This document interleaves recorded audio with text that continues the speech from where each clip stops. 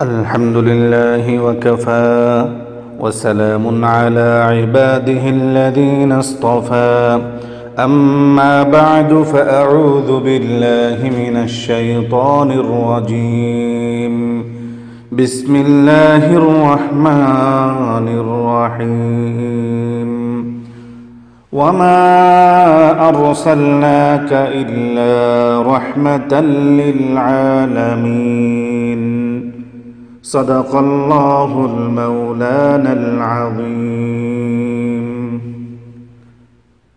সম্মানিত উপস্থিতি ও শ্রোতা মণ্ডলী, আসসালামু আলাইকুম ওয়া রাহমাতুল্লাহি ওয়া বারাকাতুহু। আমরা সিরাতুন নবী সাল্লাল্লাহু আলাইহি ওয়াসাল্লাম সম্পর্কে আলোচনা ধারাবাহিকভাবে শুনছিলাম। এই আলোচনার ধারাবাহিকতায় আমরা কয়েকটি অধ্যায় ইতিমধ্যেই শুনতে পেরেছি। নবীজিকে ভালোবাসা মুমিনের কর্তব্য, নবীজির মর্যাদা, মুহাম্মদ সাল্লাল্লাহু আলাইহি ওয়াসাল্লামের বংশ পরিচয়, প্রিয় নবী হযরত মুহাম্মদ মুস্তাফা সাল্লাল্লাহু আলাইহি ওয়াসাল্লামের দাদা আব্দুল মুত্তালিবের ইতিহাস, নবীজির পিতা আব্দুল্লাহ ও মাতা আমেনার বিয়ে এবং নবীজির পিতা আব্দুল্লাহর মৃত্যু, মা আমিনার গর্ভে বিশ্বনবী, এবং সবশেষে আমরা শুনেছিলাম প্রিয় নবী হযরত মুহাম্মদ মুস্তাফা সাল্লাল্লাহু আলাইহি ওয়াসাল্লামের জন্ম বৃত্তান্ত সম্পর্কে। সম্মানিত উপস্থিতি, এতটুকু আলোচনা শোনার পর আজকে আমরা শুনব নবী করিম সাল্লাল্লাহু আলাইহি ওয়াসাল্লামের দুধ পান করার সময়টুকু, অর্থাৎ নবীজির দুগ্ধ পানকাল, এই বিষয়টি সম্পর্কে আজকে আমরা শুনব। নবী করিম সাল্লাল্লাহু আলাইহি ওয়াসাল্লাম যখন নাকি অত্যন্ত বরকতময় একটি সময়ের মধ্যে, বরকতময় একটি দিনের মধ্যে জন্মগ্রহণ করলেন, তখন জন্মের পরপরই সর্বপ্রথম তার মা হযরত আমেনা তিনি নবীজিকে দুধ পান করিয়েছিলেন। কিছুদিন পর আবু লাহাবের একজন বাদী ছিল, সেই আবু লাহাবের বাদী যার নাম ছিল জুয়াইবা, এই ধরনের একটি নাম ছিল, উনি কিছুদিন নবী করিম সাল্লাল্লাহু আলাইহি ওয়াসাল্লামকে দুধ পান করিয়েছিলেন। অতঃপর আরবের প্রথা অনুযায়ী, আরবের মধ্যে একটা প্রথা ছিল যে বাচ্চা যখন জন্মগ্রহণ করে তখন অন্য এলাকার মানুষদের কাছে দুধ পান করানোর জন্য বাচ্চাদেরকে প্রেরণ করা হতো। এতে করে আরবদের একটা হ্যাকমত ছিল এটা, যে এবং কতিপয় মানুষ এরকম ছিল যারা বাচ্চাদেরকে দুধ পান করাইতো, যাদেরকে দাত্রী বলা হতো। তো নবী করিম সাল্লাল্লাহু আলাইহি ওয়াসাল্লামের ওনার জন্য দাত্রী সন্ধান করা হলো, কোথায় পাওয়া যায় ভালো একজন দাত্রী, এরকম সন্ধান শুরু হয়ে গেল।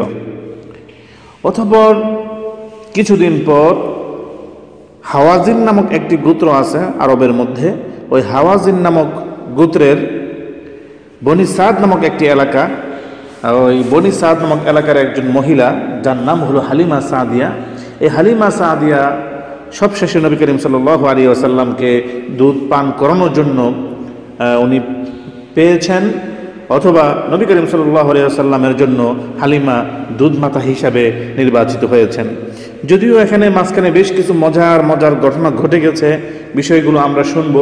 আমরা জানি বিশ্বনবী রাহমাতুল লিল আলামিন, যিনি সমস্ত জাহানের জন্য রহমত স্বরূপ, তার জন্মের পূর্ব থেকেই এমন অনেক ঘটনা ঘটেছে, অনেক ঘটনার অবতারণ শুরু হয়েছে, জীবনের শেষ পর্যন্ত অসংখ্য ঘটনা ওনার জীবনে ঘটেছে।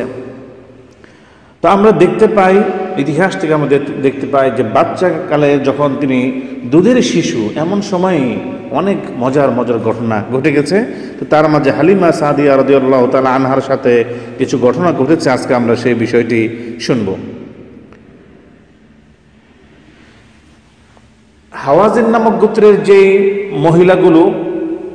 অনেকগুলো মহিলা একত্রিত হয়ে তারা দুধ পান করানোর জন্য বাচ্চার সন্ধানে তারা মক্কাতে আসলো, যে বাচ্চা সন্ধান করে বাচ্চা নিয়ে যাবে। এক একজন মহিলা এক একজন বাচ্চা তারা সন্ধান করতেছে।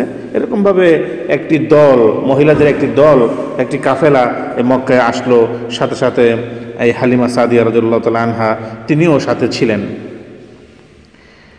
এই হালিমা সাদিয়া তিনি অত্যন্ত গরিব এবং সাধারণ মানের পরিবারের ছিলেন, গরিব ছিলেন তিনি, যার ফলে তিনি বাচ্চা নেওয়ার জন্য মক্কায় আসেন।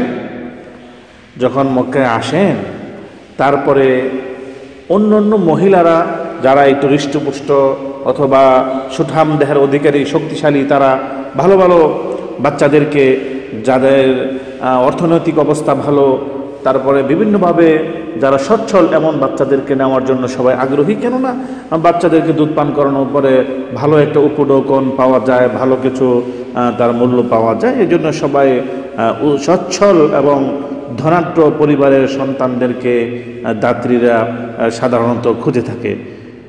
এদিকে হালিমা তিনিও ছিলেন একজন সাধারণত, যেহেতু গরিব ঘরের মহিলা, তাই ততটা সঠাম দেহের অধিকারী ছিলেন না, জীর্ণশীর্ণ ছিলেন। এবং ওনার সাথে যে একটা গাধা ছিল, যে গাধাতে উনি আরোহণ করে এসেছিলেন হাওয়াজিন থেকে মক্কাতে, সেটাও ছিল অনেকটা দুর্বল। গরিব মানুষের সব কিছু তো দুর্বল হয়, এমনই হয় আর কি।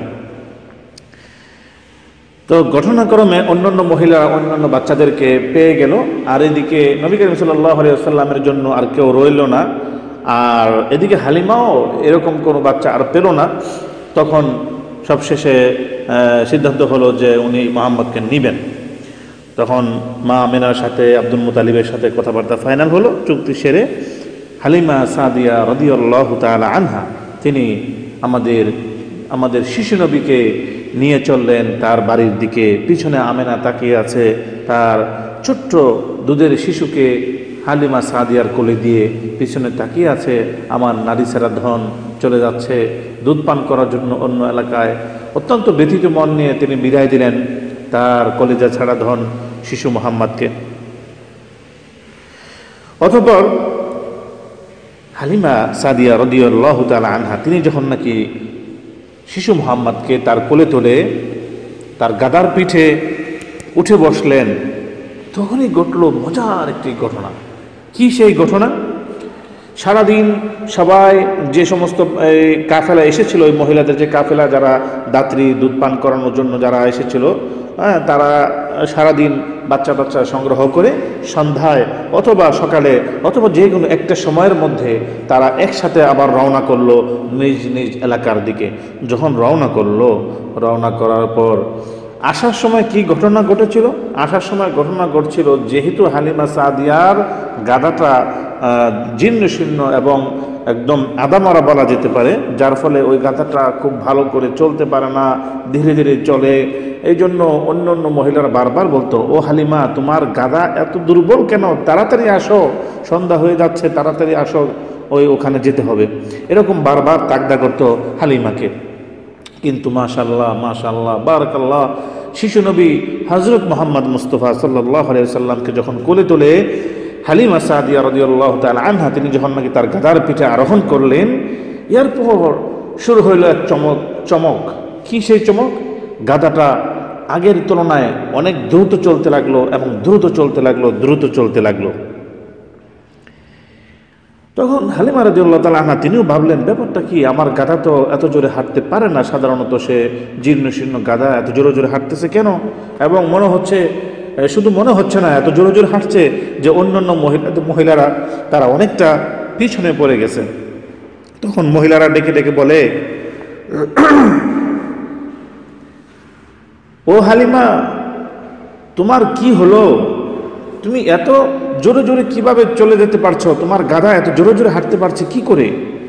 অথচ আসার সময় তো তোমাকে আমরা তাগদা দিয়ে এনেছিলাম, এখন তুমি আমাদেরকে পিছনে ফেলে এত তাড়াতাড়ি চলে যাচ্ছ, ব্যাপারটা কি, একটু আস্তে ধীরে যাও। কিন্তু কে শোনে কার কথা?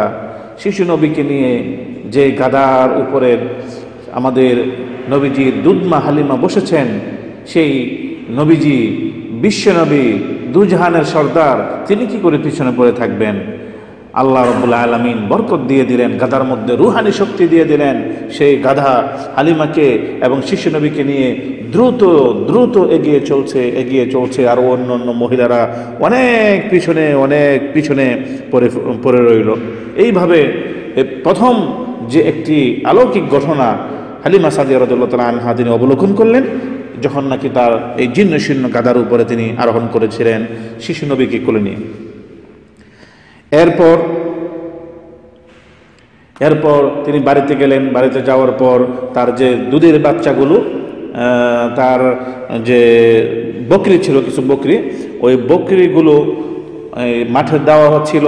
মাঠ থেকে যখন নাকি বাড়িতে আনা হলো দুধ দহন করার জন্য, তখন দেখা গেল এই বকরিগুলোর দুধের স্তন একদম ফুলে উঠেছে।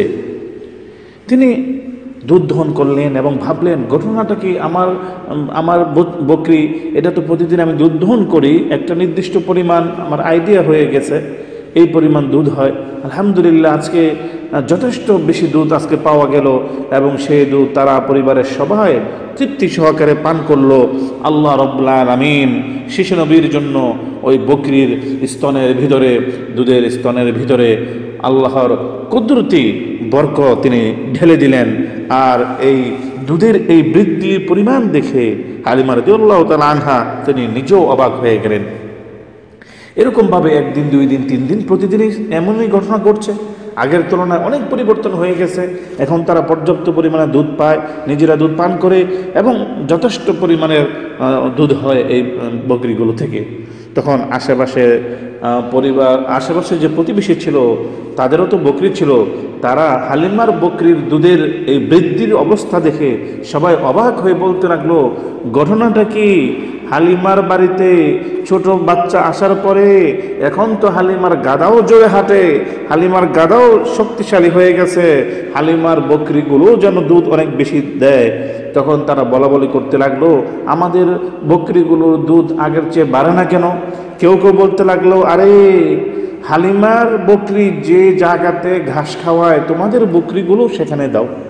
তখন প্রতিবেশী যারা ছিল তাদের বকরিগুলো চেষ্টা করলো হালিমার বকরির পাশাপাশি বেঁধে দেওয়ার জন্য, যাতে করে একই জমিন থেকে একই জায়গা থেকে ঘাস খেয়ে তারাও যেন, তাদের বকরিগুলো যেন দুধ আরও বেশি দেয়, এরকম আশা নিয়ে দিল।